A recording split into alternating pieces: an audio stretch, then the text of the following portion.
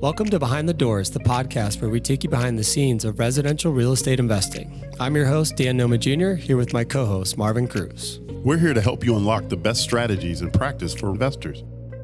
Whether you're just starting out or you're a seasoned pro looking to scale your portfolio. We've spent decades navigating the ever-changing world of real estate, and now we're sharing everything we've learned to help you succeed. From off-market deals to cash flow management and everything in between, we'll break it down and bring you actionable insights that can make a real difference in your investments. So get ready to open the door to new opportunities and take your real estate investing to the next level. Let's dive in. You ever, I grew up watching the show, The Price is Right. Yeah. You've seen that show? Love that show. And my favorite is when someone always goes up just $1 and they win that. That's like the smartest guy on the panel. Smartest guy. Yeah. I'm just going to go look around and, and so it's like the last guy. It's at the end always of the row. the last guy. Right. And, that's funny. And it's on everybody's mind, especially from an agent perspective, is do I price it right or am I going to constantly be chasing the market? Yeah. And so, interest rates are being stubborn right now. Buyer affordability is getting tight. Inventory is creeping up, but what does that mean from a selling perspective, Dan? Yeah. If they miss the mark on price, you could be chasing, right? Yeah. Chasing is like the worst thing ever, man. On my way down here today, I was talking to somebody that they built a townhouse or remodeled a townhouse. Okay. Put it back on the market. They thought they were going to sell it for $600,000. Okay. He's done 4 price reductions, and now he's at $480 from $600. Ooh.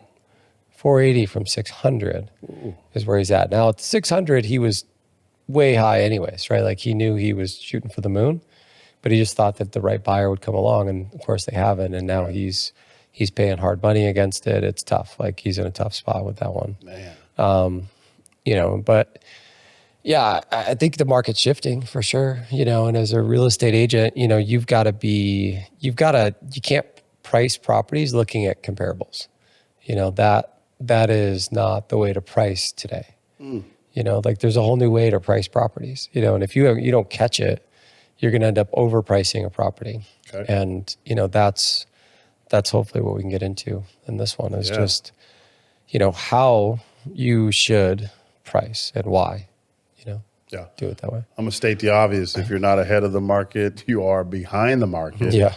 But let's get into that. Because at the end of the day, people want to know, agents want to know, how do I price to win? Yeah. Right. And so let's look at some of those facts. But I know you're going to touch on this a little bit. But as of March 2025, over 32% of listings have seen a price reduction. Yeah.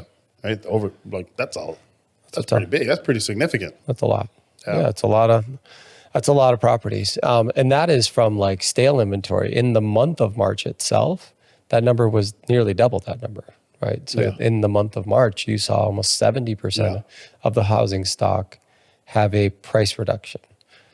Now, a lot of that stuff wasn't their fault. Like when they listed the property, there was no signals that the market was going to have an adjustment. Right. So the early guys, we're not pointing the finger at you guys. The ones that I'm pointing the finger at are the ones that are going to go on a listing appointment tonight and they're going to list that property. Like those people need to be really careful about pricing, and it stinks. Like you're sitting there across from a home seller, and I get it. The home seller saw their neighbor's home sell for, let's use an example. Maybe their neighbor's home sold for $530. Okay. This one sold for $550 2 months later.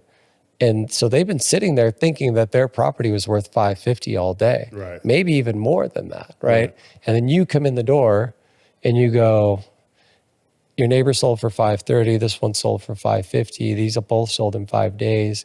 The current market is now telling us that it's going to take 45 or 60 days to sell your home. And, the sellers are looking for X amount of concessions on those deals. As well as the market trend is trending in this direction month over month. So by the time we get to our buyer, this is the new price of your property, and that number is 510. And they're going, what do you mean? How am I at 510? That guy just sold for 540. Right. But the market's going the other way, right? And if you're not, that's the thing, is like the agent, the maybe non-seasoned agent or the non-believer looks at that comp, and in any other market, that was a fair comp. And you could look at that and go, 550, 560 all day long. Let's get this property on the market, no problem. But in a declining market, you've got to be careful. And pricing is takes a different hat. And so you've got to be really careful about how you do it. Yeah, we got spoiled in 2021. 2022. Yeah, it was just, I mean, you didn't have to be the bad guy. You were always the good guy coming in and tell your sellers that the property was worth more than what they thought it was. But, I think it's, the other things that go into account into thinking about this is a lot of the agents don't even think about like sellers' holding cost, right? I mean, when a property's selling in 2 days on the market and moving the next month, like they're talking about one mortgage payment. That's not a big deal.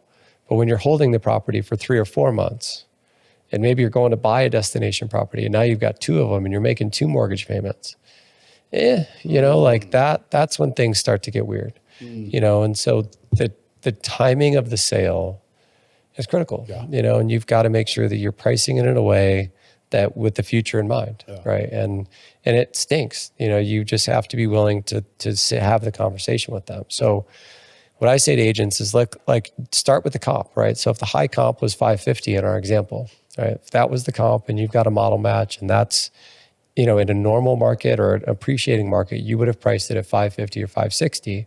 Let's start with that comp, okay? So that now let's say, okay, the baseline is 550. But in the last 30 days since that property sold, the last one, we saw the market correct 5%. Okay, so already now I take my 550 and I reduce it by 5%. That's my new marker, right? But then you got to take some other things into account, right? I've got to take into account how long is it going to take me to sell it? It's going to take 60 days to sell. Okay. So the average rate now is 60 days. Yeah. So I'm going to be conservative and say by the time I actually sell it, it could be 1 more month of time on market. So let's say it's 90 days just to be conservative. Yep. And over that period, the market has reduced 3% month over month. So now I'm going 369. So now I reduced the price now another 9. So I went from 550 down 5 just for that month that it hadn't traded. And now I'm down another 9% to get to my number, right? Then I factor in my seller's hold cost, right? So my seller now has to make 3 mortgage payments, 4 mortgage payments on this property. How important is that to them, right? If that's important to them, then I'm going to price it even more aggressively than that, right? And I'm going to go even below that number again. And I'm going to say, okay, that's another 4%. And we're going to reduce to that number, right? So now I'm pricing it with the market in mind, right? I love that. And so I've got to make sure that I am looking at that trend when I'm thinking about pricing the property. I love that. And you got to remember the buyers aren't just looking at the list price. Nowadays, they're looking at their monthly payment as a big factor of what they can afford. Yeah. And so they may look at that and say, no, thanks. That feels inflated. Not going to do it. Yeah. And, in other words, sticker shock is real. Yeah, you're seeing properties out there that, are nice properties that aren't selling. Nope. That they're just not moving. And the problem, like if you actually sit down and look at it is, let's use our 550 example. Like what you should do as a home seller or an agent is go look at the inventory that's available for 550 today. And are you competitive with that inventory, right? Like, because you got to stand out amongst that inventory, right? Yeah. Most home buyers, the way they think about it is they go, okay, I want to buy in this particular area geographically. Right. This is my price point cap. What can I buy in that price point? And then whatever that price point is, you've got to be the most competitive looking deal out there to get your property sold. I love that. I love that. So let's get into a few things, a couple common pricing mistakes from an agent perspective. Yeah. And so let's avoid things going wrong. So overpricing, you want to leave room to negotiate? Not now. No, that's not the time for that. I think you've got a better opportunity to price it right out of the gate, get your buyer, and stay firm to your number than you do pricing it high, hoping that someone comes in and gives you a reduced offer. You know what I mean? Yeah, I do. You can almost be offensive in a declining market to overprice a property to buyers. Yeah, because we'll scroll right past that. I'll tell you that right now. Like, nope, there's 3 others that look better than it. I'm going to go look at those, you know? All right, what about another mistake? Basing price on past sales and not current activities. Right.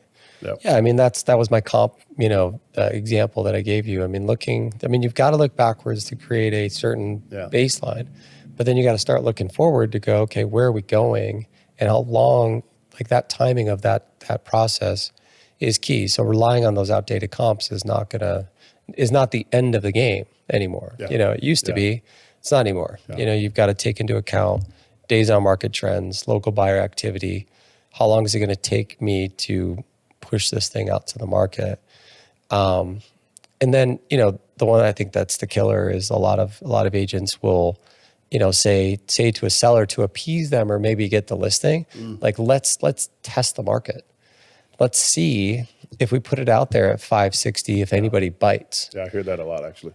Well, you're coming back in 30 days and it's going to lead to a price reduction. Like that never works. Yeah. I mean, numbers are what they are and the data is available. So use it and just make sure you're educating your seller. Now, if you want to take an overpriced listing, go ahead, but I don't know. I'm in the business of selling them, not just listing them. Nope. And then the other one is obviously let your ego go.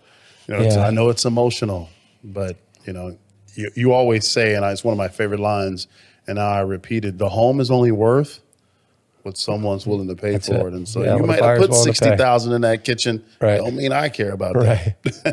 Right. All right. So what are some smart strategies that do work? So let's talk about that for a minute. So what does work? Price to drive urgency, not curiosity, right? Yep. So using like the real data, like what's available today. So looking at the actives and pendings and those that have been price reduced, not just focusing on the solds. And then consider pricing below market, right? Like that strategy works really well in a market like this where people are going, wow, all of these are listed at 530. This one came out at 510.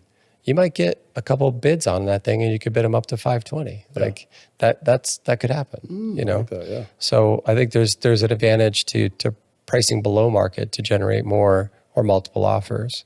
Yep. And then, being that obvious choice, right? Like I said, so going out there, actually driving the comps, look at the pending sales, look at the actives and go, look, if I'm a buyer looking at $500,000 homes, where does my property stack up amongst the competitive properties in the market? And it's got to be the best. It has to be the most obvious option because that's the decision the buyers are going to make. Yeah. Yeah. Yep.